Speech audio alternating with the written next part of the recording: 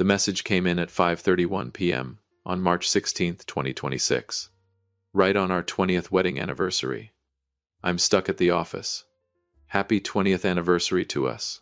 That short message was a lie from a woman who had been betraying me for 14 months. My wife and I had been together for 20 years, but we had children late.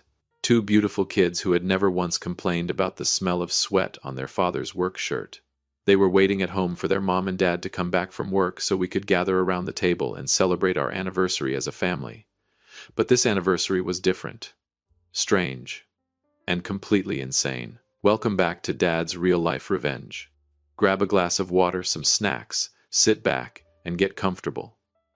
And remember this, the people in these stories had every chance to do the right thing. They simply chose not to. Leave a comment and make sure you subscribe to the channel so you can follow the entire story. This story began with that message. At that moment, I was sitting in my old pickup truck on the way home.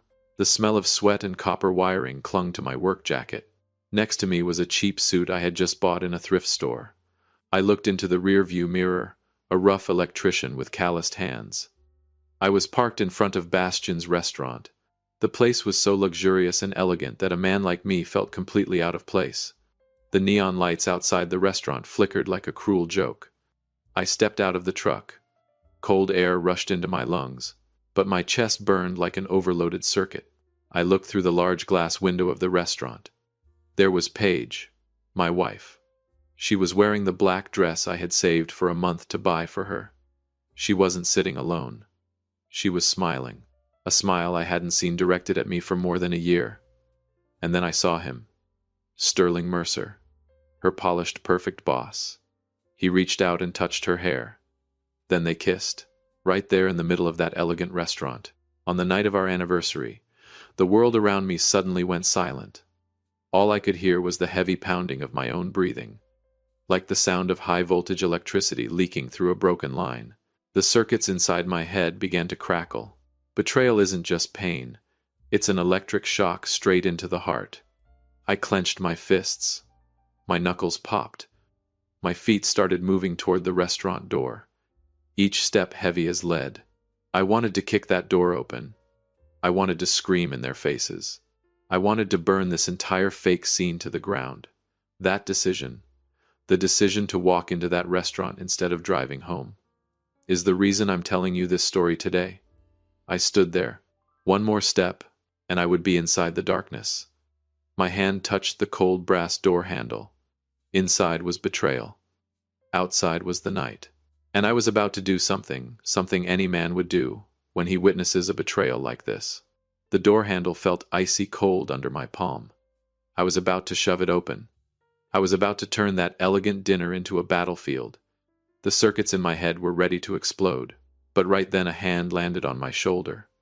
The touch was light, but firm like steel, like a clamp stopping an overloaded current. "Sit down," a voice said. "I know who that man is, because the real show is only just beginning." I turned around. A woman stood there, Vivian Hale. She was wearing a dark overcoat. Her eyes were sharp like a perfectly calibrated electrical meter. There was no pity in them, only cold calculation. She guided me toward a wooden table hidden in the corner.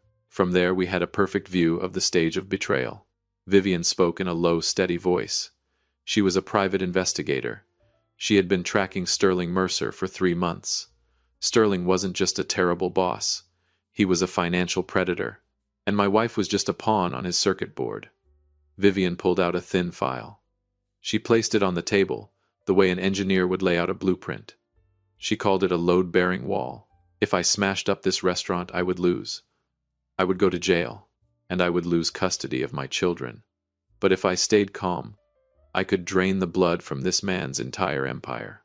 Sterling had a morality clause in his executive contract. It was worth $5 million. $5 million in cash. If he was caught in an ethical scandal, he would lose everything. Everything he owned would burn up like an overheated coil of copper wire. I looked at Paige through a gap in the decorative plants. She was laughing with the man who was destroying my family. Vivian studied me. She was testing whether I could handle this voltage.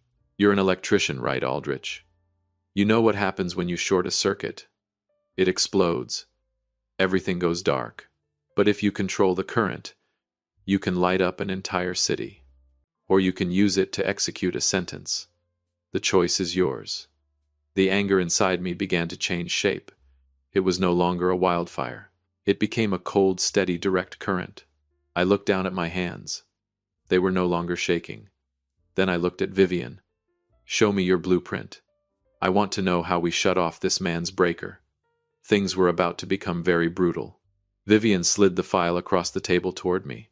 Inside were photographs so sharp they hurt to look at. 14 months. That was how long they had been laughing behind my back. I flipped through the pages. Each one felt like an electric shock running down my spine. Room 412 at the Jefferson Hotel. They had checked in and out of that room 32 times. Then Paige's bank statement appeared. A hidden account. Balance $210,000. Bonuses from projects Sterling had quietly arranged for her through loopholes. My throat turned bitter. For 20 years I had wired our home with absolute devotion. I checked every connection, wrapped every cable carefully. I thought I was building a safe home. But now I realized the whole system had been wired wrong. Like I had spent 20 years wiring a house only to find out the entire circuit was faulty. The electrician inside me began to collapse under the logic of it. When a system fails, it has to be shut down. If not, it will burn the whole structure down. Vivian watched me closely. She was waiting for my decision. One loud ending, she said calmly. 10 minutes. You walk in there. You shout. You punch Sterling. Then the police put you in handcuffs. Paige plays the victim. They take your children, and they take the money. She paused. Or, a calculated revenge. One that lasts forever. I stared at the photo of Paige resting her head on Sterling's shoulder. Her eyes were filled with admiration for his power. She had forgotten the nights I came home with hands cut open by steel wire. She had forgotten the man who ate instant noodles with her just to save enough money to buy our first house. Now she preferred $500 dinners and empty promises. Can you believe that someone you shared a bed with for 20 years could secretly betray you for 14 months? I truly want to know what you would feel if you were in that situation. I took a slow breath. The current running through me was now completely under control. I didn't want to destroy the restaurant anymore. I wanted more than that. I wanted to watch the light disappear from their eyes when they realized they had lost everything. I wanted them to feel the cold of having nothing left. I closed the file. The sound of the cover snapping shut was dry and final. I chose brutality. I spoke to Vivian in the same tone I used when quoting a major construction job. Cold, precise. Tell me the next step in this blueprint. Where do we start to disconnect their circuit? Vivian smiled for the first time. There was no warmth in that smile. We start, she said, with the weakest point in any circuit.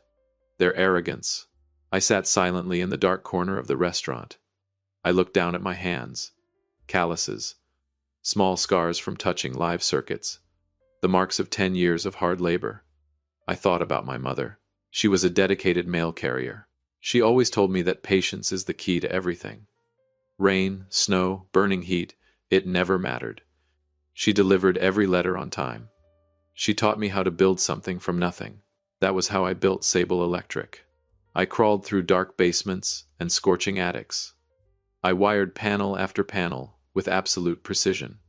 I always believed that if you worked hard and stayed honest, life would eventually be fair. But Sterling Mercer didn't work that way. He didn't know the smell of sweat or dust. He only knew polished suits and dishonest contracts. He used money to buy my wife's loyalty. He was a predator wearing the mask of a gentleman. And in his eyes, I was just a blue-collar electrician. The contrast made me sick. On one side there was honest labor. On the other side there was glamorous deception. He thought he could crush me with power and money. He thought a man like me would only know how to swing a fist when betrayed. He was wrong. What he didn't understand was that electricians understand structure better than anyone. We know where the weak points are. We know which wire, if cut in the right place, can collapse the entire system. My mother's patience ran through my veins. I wouldn't rush. I would wait. I looked at Paige one last time before leaving the shadows. She looked beautiful and completely unfamiliar. She had chosen a circuit full of short connections, and I would be the one watching it burn down. I stood up, and walked out of Bastion's restaurant. This time I didn't look back. I had a plan to carry out. A plan built with the patience of a mail carrier and the precision of an electrician. If you were in my position, what would you choose? A sudden outburst, or the patience to take everything back? I climbed into my pickup truck. The engine started with a sharp growl. The real work was only just beginning. The next morning I didn't go looking for anger. I went looking for Boone Taggart's office. He was an old lawyer whose office smelled of aged paper and pipe tobacco. Boone looked at me over a pair of thick reading glasses. He didn't talk about sympathy. He talked about numbers and legal clauses. I placed all of Vivian's evidence on his desk. Then we began building the case the same way I install electrical systems inside a wall. Everything had to be measured with absolute precision. Every wire had to be hidden behind the walls where it belonged.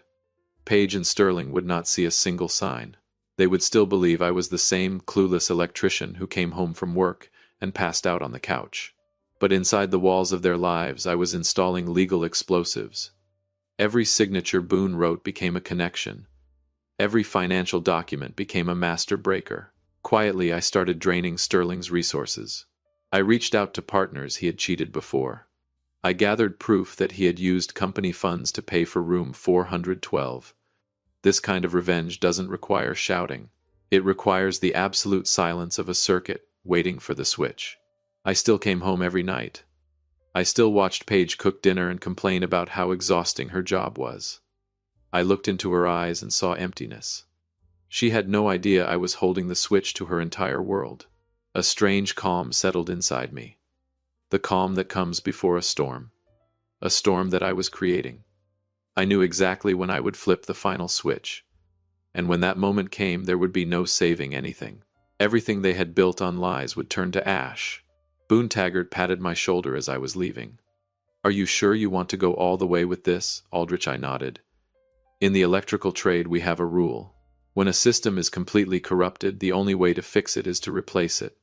And I was about to replace my entire life with a cleaner version." The punishment was ready to ignite. I returned to my house. Everything was exactly where it had always been. Our wedding photo still hung in the hallway. Paige's eyes in that picture looked so pure. I sat down on the old sofa and closed my eyes. I thought about the early days when Sable Electric was nothing more than a tool bag and a dream. My mother had given me all of her savings. Small bills carefully smoothed out from years of delivering mail in the snow. "Aldrich, work with integrity," she told me.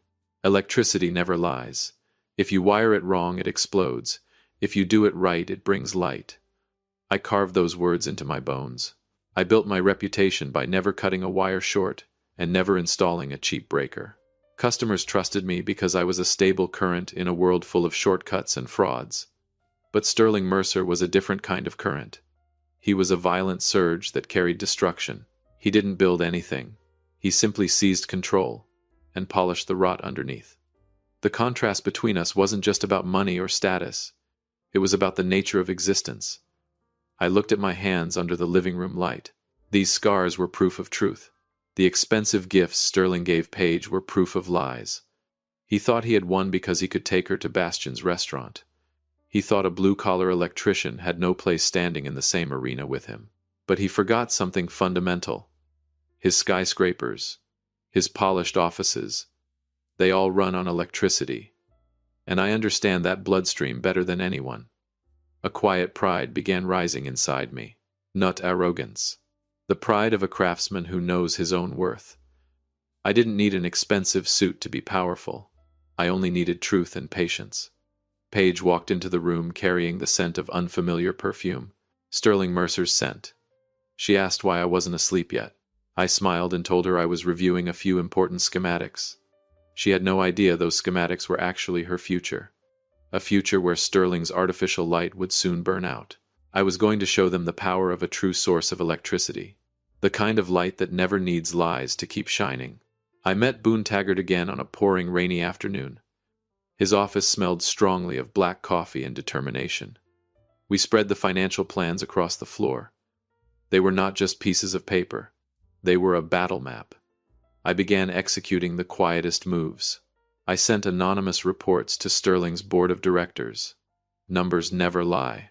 The misuse of company funds appeared on paper like a dangerously leaking circuit.